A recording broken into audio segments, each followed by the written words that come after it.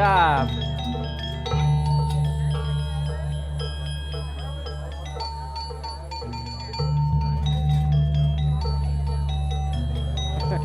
You beat him.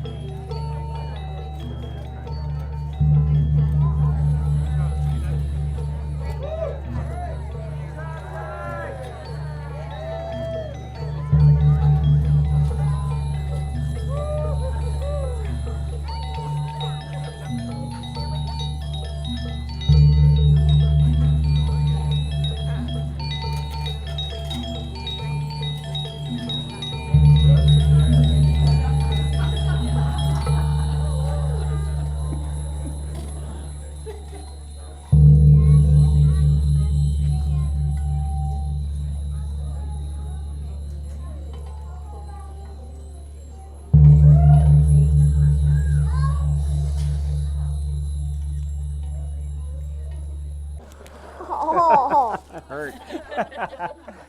That wasn't planned.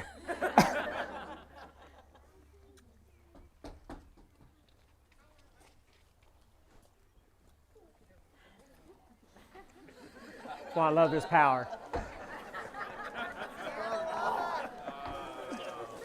Well, good evening, and welcome to the wedding of Sterling Witt and Karla Deal. Many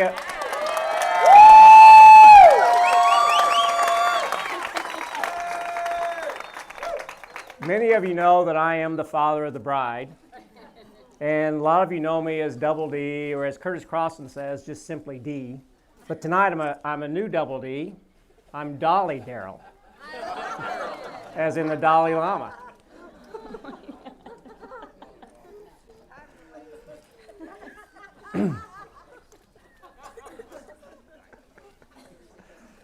We're so glad that you're here tonight, and this ceremony of these two coming together is a lovely couple.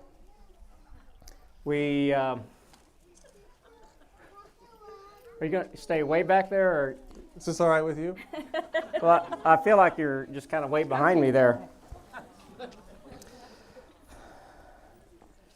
The reason I'm here officiating this wedding, shortly after they got engaged, they came to me and asked if I would officiate the wedding and marry them.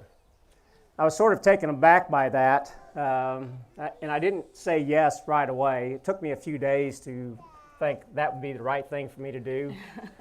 Us too. Yeah. Thank you.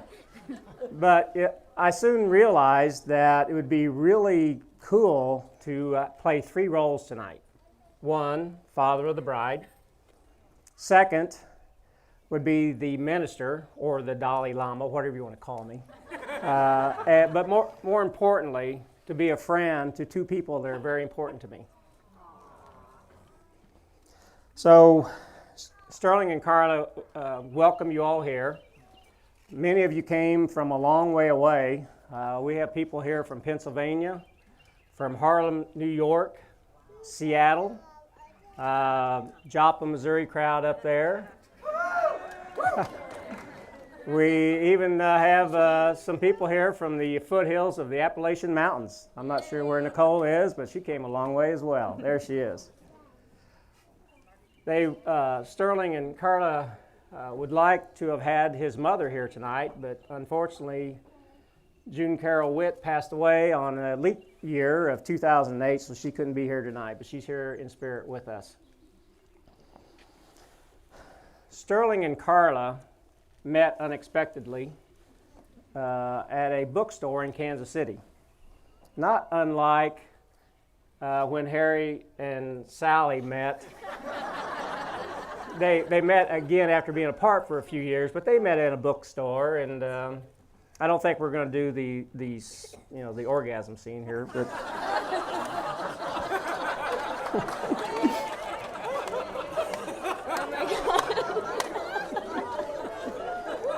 but they're going to give you their own version of how they met and how they fell in love with each other in just a little bit.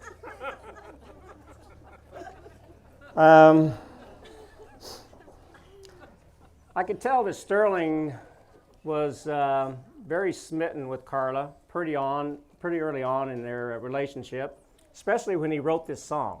He wrote a song and sang a song about Karla. And for many of you who have heard this song, there's a phrase in it that really struck me, was something about sexual thoughts running through his head about my daughter. Well, Pat, the mother of the bride, and I... He's not very happy right now. Not very happy. She didn't want me to say that. Pat and I quickly became really fond of Sterling. And actually, one of Sterling and I's first real bonding experience was we were down in Cabo San Lucas. It was just Sterling and Karla and I. I don't know how we ended up there by ourselves, but we did. We had lunch. We had a little bit of wine at lunch. We had a little bit more wine at lunch. And the afternoon with more drinking, and we ended up at the driving range at El Dorado. I was teaching them how to hit the golf ball, which was very funny. We were doing tequila shots on the range, and we all passed out about 7 o'clock that night. That's when I knew I really liked Sterling.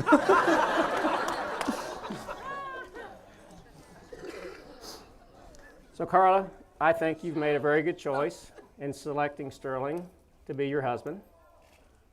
And Sterling, I know that you've made an amazing choice in selecting Karla to be your future wife.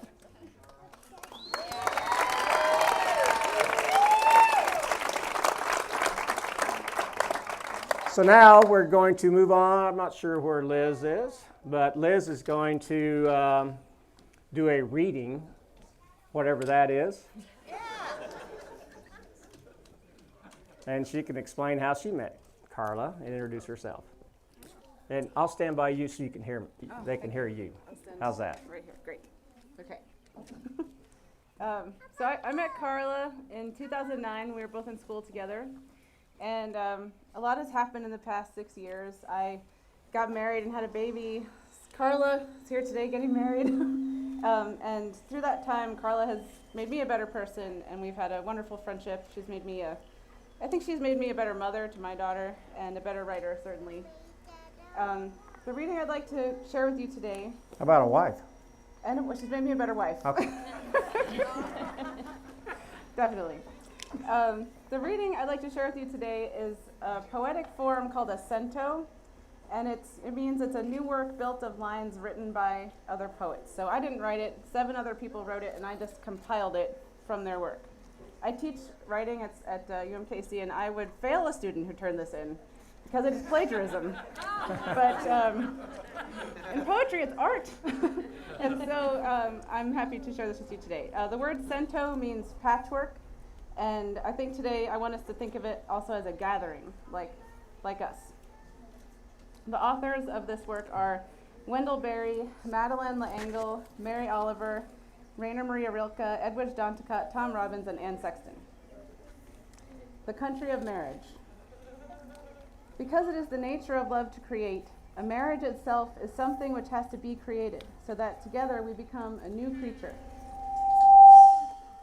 Marriage demands the courage to move into all the risks of freedom, and the risk of love which is permanent, which is not possession but participation.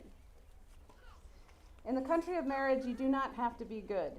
You do not have to walk on your knees for 100 miles through the desert repenting. You only have to let the soft animal of your body love what it loves. Meanwhile, the world goes on. Meanwhile, the sun and the clear pebbles of the rain are moving across the landscapes, over the prairies and the deep trees, the mountains and the rivers. The world offers itself to your imagination, calls to you like the wild geese, harsh and exciting, over and over announcing your place in the family of things.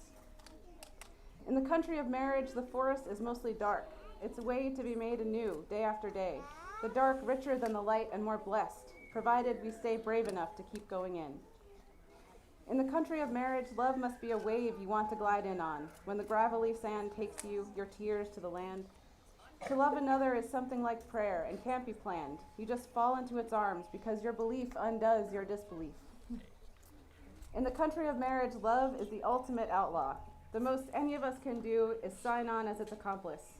Instead of vowing to honor and obey, we should swear to aid and abet. Security is out of the question. the words make and stay become inappropriate. My love for you has no strings attached. I love you for free. For one human being to love another human being is perhaps the most difficult task that has been entrusted to us, the final test and proof, the work for which all other work is merely preparation. And all anyone can hope for is just a tiny bit of love, like a drop in a cup if you can get it, or a waterfall, or a flood if you can get that too. The end. Thank you. Thank you.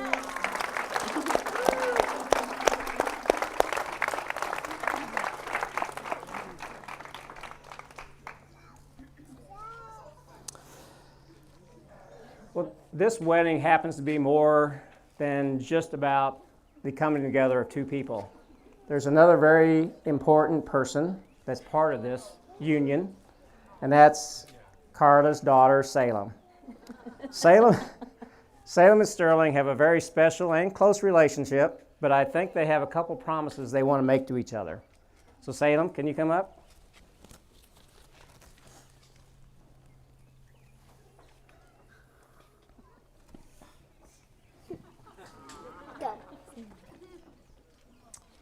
Salem, I promise to be a good influence on your life. I promise to hold your hand whenever it's necessary and whenever you want me to. And I will always tell you ghost stories whenever you want. Sterling, I love you and I trust you with my life.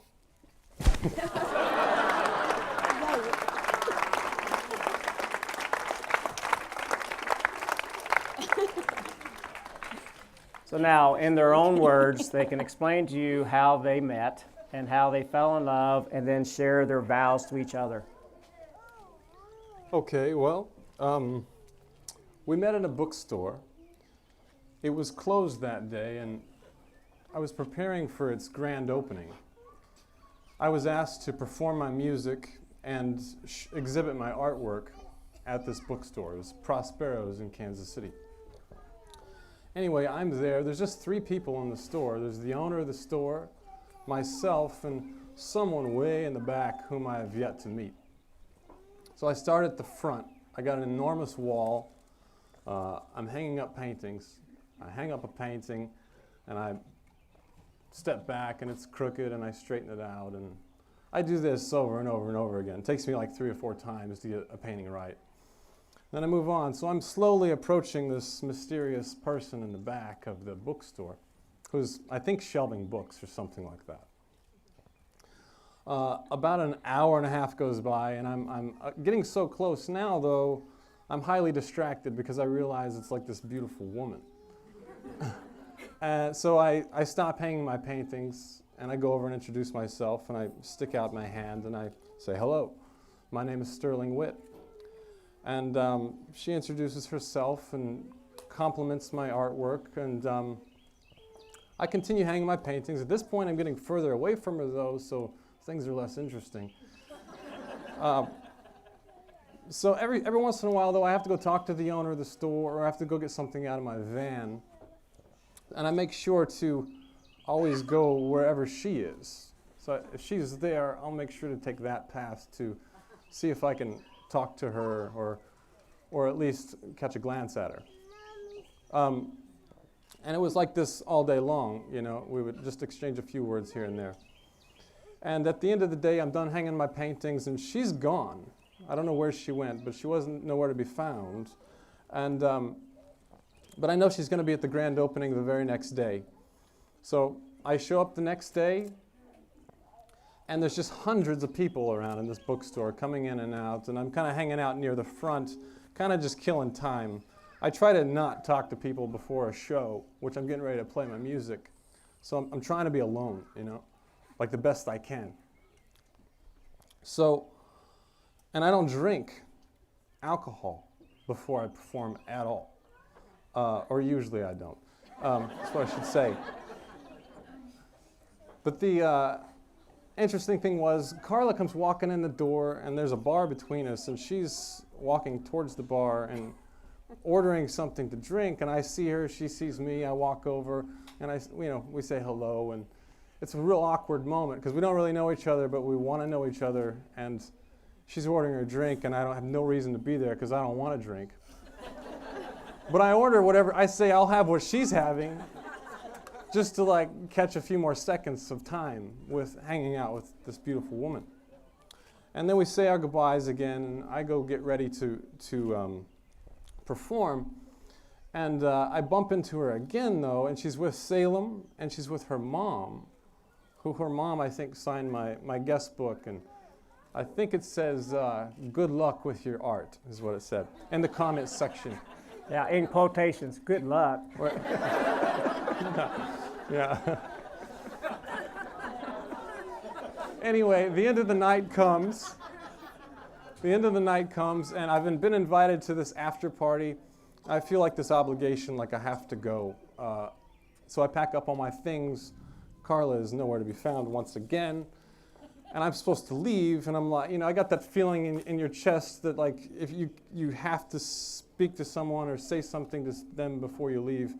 If you don't, you're like going to kick yourself for the rest of your life. So I go on a mission through this crowded bookstore looking for her high and low. And eventually I found her. She's on the floor talking to some other guy. And I'm like, well, maybe this is a friend, I hope, and maybe it's her boyfriend, or I don't know, Who knows who he is? I don't know. So I come up with this master plan is I can interrupt them.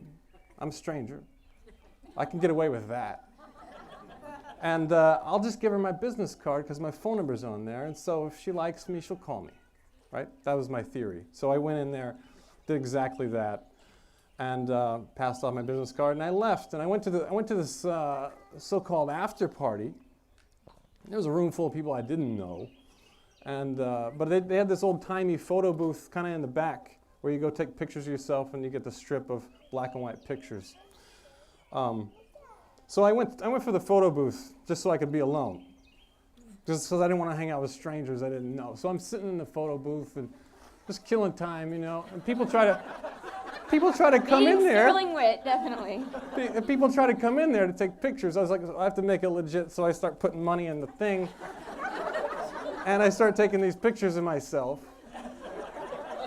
And I'm waiting for my pictures to come out. I'm just sitting in there with the curtain drawn, And I get this text message, which I don't text, especially at this point in my life. I get this text message from a number I'd never seen before, and it says, "It was a pleasure to have met you." And that was like the best news I got all night, all week, all month, because I knew it was from that girl, which was Karla. And, the strip of black and white pictures I got, they're always terrible, but I got one good one, and I cut it off, and I glued it on my first love letter to Karla.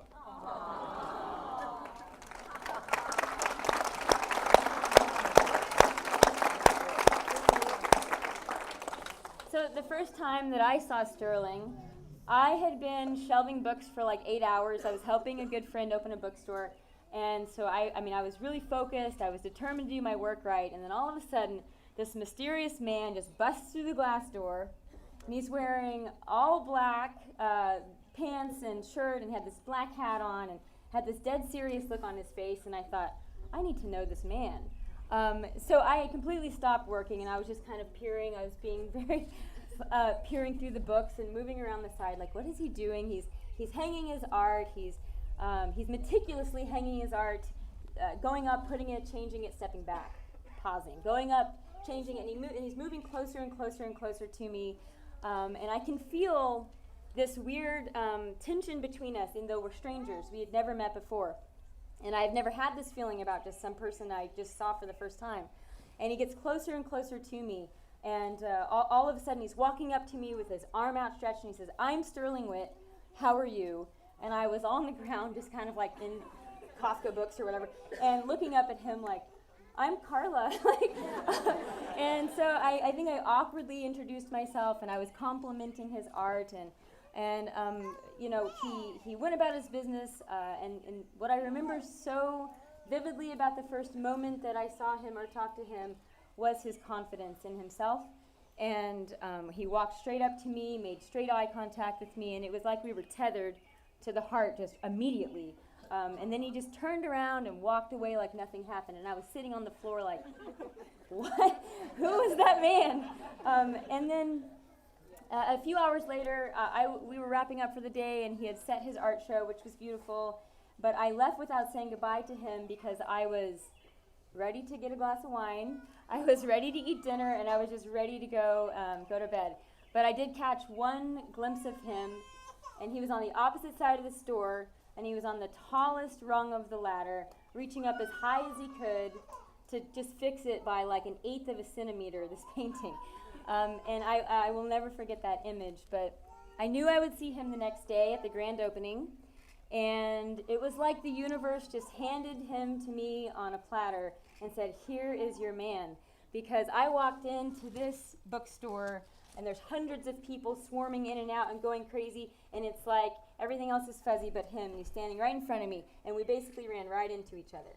And keep in mind, we're strangers. We have maybe exchanged 2 or 3 sentences together, but it was like the rest of the night we were just trying to be around each other, but he was busy being the artist and the musician, and I was busy, and I had Salem and my mom, and we were this grand opening, and I hadn't seen him in a while, and it was the very end of the night, and somebody else was trying to talk to me, but he walked up again with his confidence and just interrupted that conversation entirely. And he said to me, I cannot leave without saying goodbye to you. And as if I needed more reasons to just already be in love with him, I knew at that moment that this was the one, and it was literally from that moment on, we were undeniably in love with each other and inseparable to this day. Yeah. And here we are.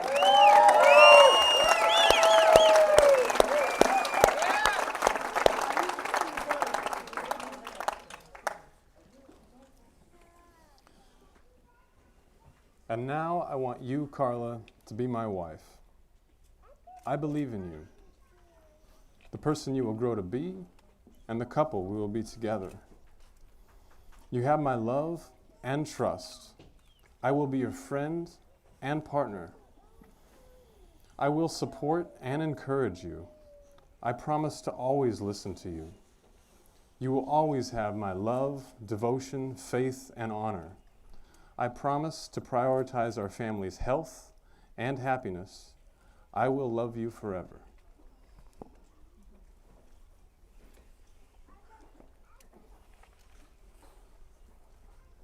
And I want you, Sterling, to be my husband. I want you to be successful, inspired, curious, healthy, strong, and adventurous. I want to supplement your life with laughter and joy. I will take care of myself and love myself so that I can be a happy, healthy, strong partner for you. I will always listen to you and be forgiving. I will always give you my deepest, most genuine love. I will give you space to make art and music and stand by you on your path. I will always be proud of you and encourage you to dig deeper and go farther. I will always care for you and hold you in the most reverent and highest regard. I will always be the best wife I can be to you. I know you will be a wonderful influence on my daughter and that you will love her like she is your own. I am honored to receive your love and take you as my husband. I believe in you, I believe in us, and I will love you forever.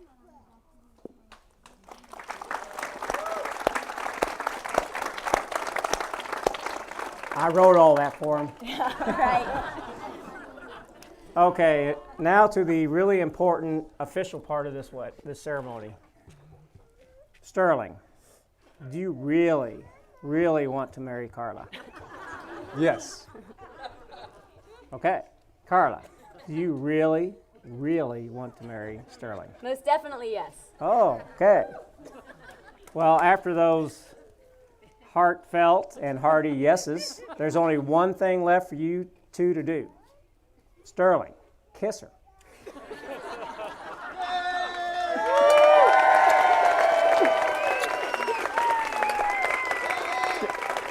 I just said one.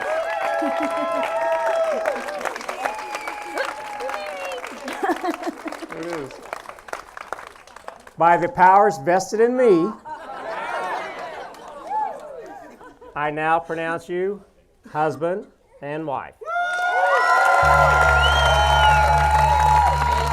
I present to you Mr. Sterling Witt and Mrs. Karla Deal.